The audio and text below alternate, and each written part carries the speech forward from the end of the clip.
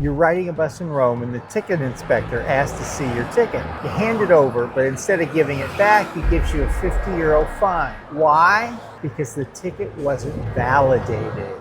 That's just one of the mistakes you don't want to make getting around ancient Rome. In this video, we're going to show you the most common ones so that you can avoid the stressful and expensive headaches that most visitors learn the hard way.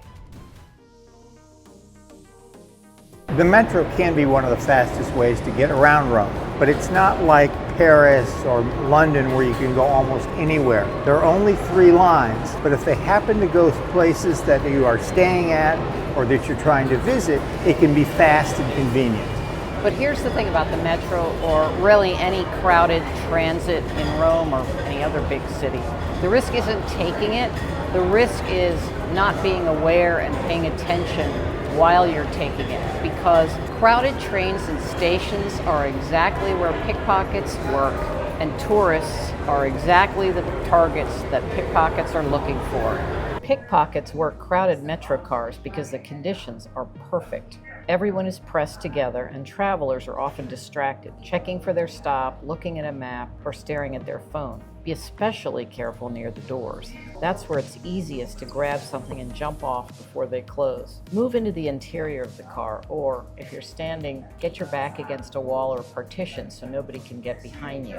And then just stay aware. Keep your phone put away and your hand on your bag zip. And remember, be most alert when the train pulls into a station and those doors open. Also worth noting, there's no such thing as a typical pickpocket. Some of them go to great lengths to dress like a tourist or a businessman, someone you wouldn't suspect. So never assume that people are who they seem. That said, there are gangs of young women who prowl the metro. They can often be identified by the large sling bags they wear over their shoulders to stow their loot in. Or if you see someone with a coat over their arm, with their hand hidden from view, beware. The next mistake is taking the metro with luggage when you don't have to. Here's the scenario. It's your last day in Rome and you need to get to the Termini train station. And there's a metro stop really close to where you are. So that seems like the obvious choice. But here's what that actually looks like. Rome's metros have lots of stairs and often the escalators don't work. And you're trying to squeeze your suitcase, your big old suitcase, through a turnstile that's not designed for that. You're then trying to squeeze it into a crowded car, and you're trying to keep track of everything while you're watching for your stop, all while everyone else around you is trying to get where they're going as well. It's a lot. You're in go mode, you're focused on getting to the station and in your train on to your next destination. So the question to ask yourself, is it really worth it to save a little bit of money? A taxi to Termini is not that expensive, and then you're in the car riding there and your luggage is with you where it should be in the trunk. Oh, and everything we've said before about needing to stay alert on the metro, well, that goes double if your hands are full of luggage. Let's talk about transit tickets, because this is where a lot of visitors get confused. A transit ticket costs €1.50, and that gets you one entrance to the metro. Once you're there, you can ride around as long as you want, transfer between the metro lines, but once you come out of the metro through the turnstile, that ticket is done as far as the metro is concerned. If you want to go back into the metro, you need to buy a new ticket. Now, you may have heard that a Rome transit ticket is valid for 100 minutes. That's true, but those 100 minutes apply to buses and trams, not to the metro. The metro doesn't care how much time is left on your ticket. Once you've exited, you've used your metro entry. Where the 100-minute rule does help is if you're combining the metro with a bus or a tram. Say you take the metro across town and then hop on a bus to get the last few stops. As long as you're within that 100-minute window, you're covered. One ticket, one metro entry, plus whatever buses and trams you need within that time. So the simple way to think about it is like this, is the one ticket gets you 100 minutes, but only one metro entry. So the metro and then take a bus, you're fine if you're within the 100 minutes. Bus, get on the metro, you're also fine. Metro, come out, have lunch. Metro again, no. You can't go back on the metro in that same ticket once you've come out.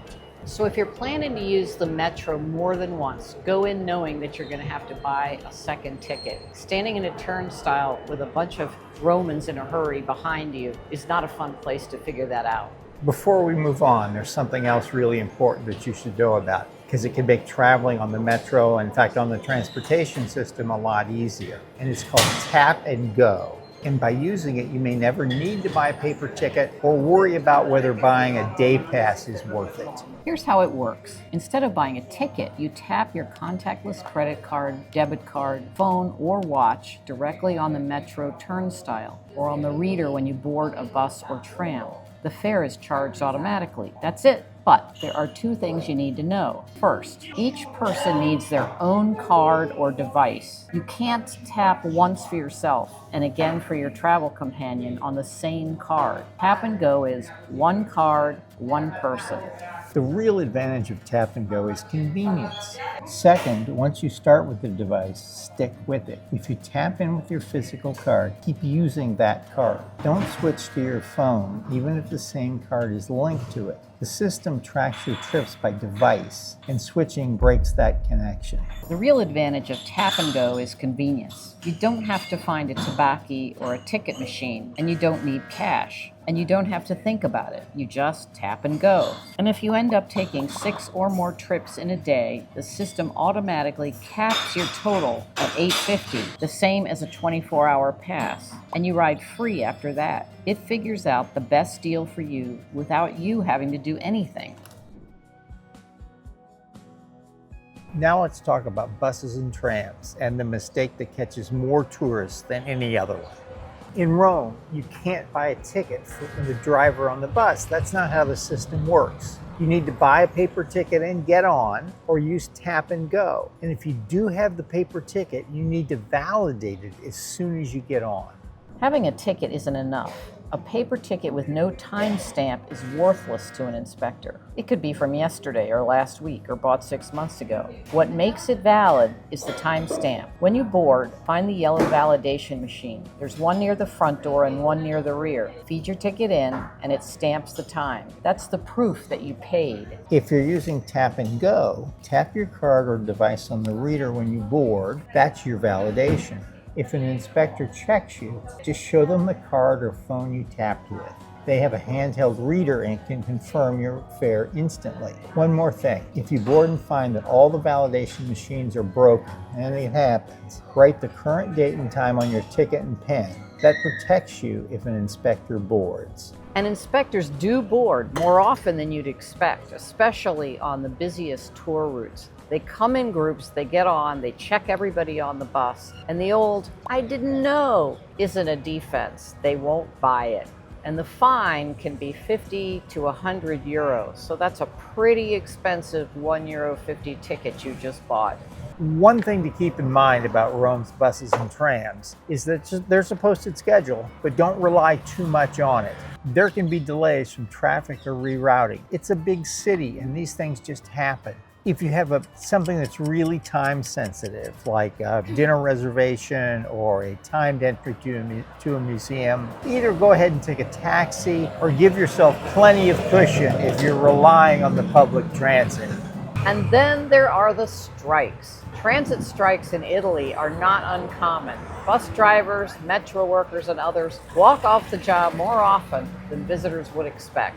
The good news is that Italian law requires 10 days advance notice, so they don't come out of nowhere. And minimum service is guaranteed during peak hours. So the buses don't simply stop running entirely, but service can be thin and unpredictable outside those windows. It's worth doing a quick search for Sciopero Roma. Sciopero is the Italian word for strike. At least a day or two before any day when you're really depending on public transit. 10 days notice means you can always find out in advance and plan around any strike. Now, before we leave the subject of buses, there's one bus route that's worth mentioning specifically, and that is bus number 64, which has been dubbed by locals and tourists alike as the Pickpocket Express. And I'm sure you know what that means. Pickpockets obviously work. They fish where the fish are. They work the areas where there are the most tourists and the most potential victims. And that is bus number 64.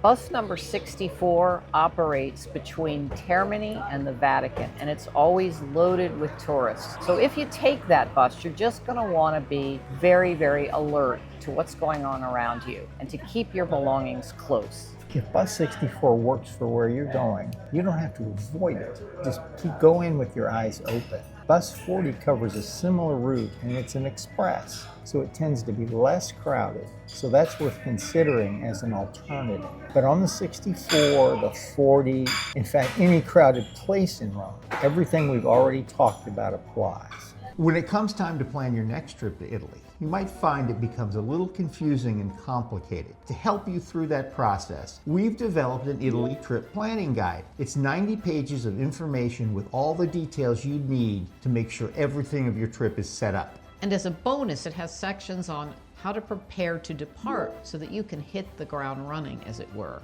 To get more information, you can use the QR code on the screen or check the link in the description box below. Let's talk about taxis and the risk of paying 2 or 3 times what you should if you get into the wrong car. So here's what that looks like in real life. You've just arrived at Termini and some guy strides up to you very confidently. Maybe he's wearing a vest and a lanyard and he looks kind of semi-official and he says, "Taxi? You need a taxi?" He may even offer to help carry your bag. This person is not an official taxi driver. Official taxi drivers are at the taxi stand. They're not walking through the terminal approaching strangers. When you get to the stand, you know you're in the right place. The cabs are white with a taxi sign on the roof. But the first sign you're dealing with a legitimate driver is that you went to find them. They didn't come to find you. Rogue cabbies are counting on you being tired, disoriented, and relieved that someone is helping. That's exactly when it's easiest to end up in a car with no rules and a fare that gets invented at the end of the ride. Don't let anyone who tries to guide you to their car give you a ride. At Fiumicino, the taxi stand is right outside the door to arrivals. There'll be a long line of white taxis with the sign taxi on their roof. Get in one of those and then you will get the proper fare. So you're in the right taxi now, but there are a couple of things worth knowing before the ride even starts. And the first one has to do with the fare. For a regular city ride, when you get in, look at the meter. It should be on. If it isn't, before the car moves, ask, "Può scendere il tassimetro?" Can you turn on the meter? Any legitimate driver will do it without a problem. Most rides in Rome will be straightforward, but it takes 2 seconds to check, and those 2 seconds can save you a lot of aggravation. The time to sort this out is before you pull away. Once you're moving and your luggage is in the trunk, your options are a lot narrower. For airport rides, it's simpler because there's no meter involved. From Fiumicino to central Rome, the fare is a fixed €55 for the whole cab, not per person, regardless of how many bags you have. The signs are posted right at the taxi stand, so you can confirm it before you get in. If a driver tells you at the end of the ride that it's €55 each, you know that's not correct, and you can hold firm. That fixed fare covers most of the neighborhoods where visitors stay. The historic center, the Termini area, Trastevere, the Colosseum area. If you're staying near the Vatican or in Prati, you may be just outside that zone. So it's worth asking your hotel before you arrive whether the fixed fare applies to their address. And from Ciampino Airport, the fixed fare is €40. 2 final things about paying for your taxi, and neither of them takes more than a couple of seconds. When you get in the cab, tell the driver you're going to pay by card, pago con carta. If he tells you it's not working, get out and get into another cab. He's required by law, actually, to accept the card. And at the end of the ride, before you tap your card or give him money, make sure that the amount shown is what you're going to pay, just like you would anyway. And you can even ask for a receipt if you'd like. It's called a ricevuta. Now here's something worth knowing if you're planning to use your phone to book rides around Rome. Now, Uber does operate in Rome, but it's different than the way it operates in the US. It's a premium car service. You get an Uber Black or an Uber Lux. for a higher price. These are licensed drivers rather than just getting a ride share, so the prices are going to match. For example, from Fiumicino, compared to that 55 euro fixed price, the Uber is going to cost you over 100 euro. If you want to use the Uber app, you can, but look carefully at what you're selecting. Uber in Rome now has a taxi option that connects you with a regular licensed cab at standard rates. Just make sure that's what you're booking before you confirm. Or, if you want to skip the confusion entirely, there are 2 apps designed specifically for booking licensed Rome taxis, It Taxi and Free Now. Both connect you directly with the same white cabs you get at the taxi stand, just ordered from your phone at normal metered rates. We covered both of those in a recent video if you want more detail. Getting around Rome doesn't have to be stressful. Now you know what to look for, and that makes all the difference. For more Italy travel tips, watch these videos next. Ciao for now! A presto!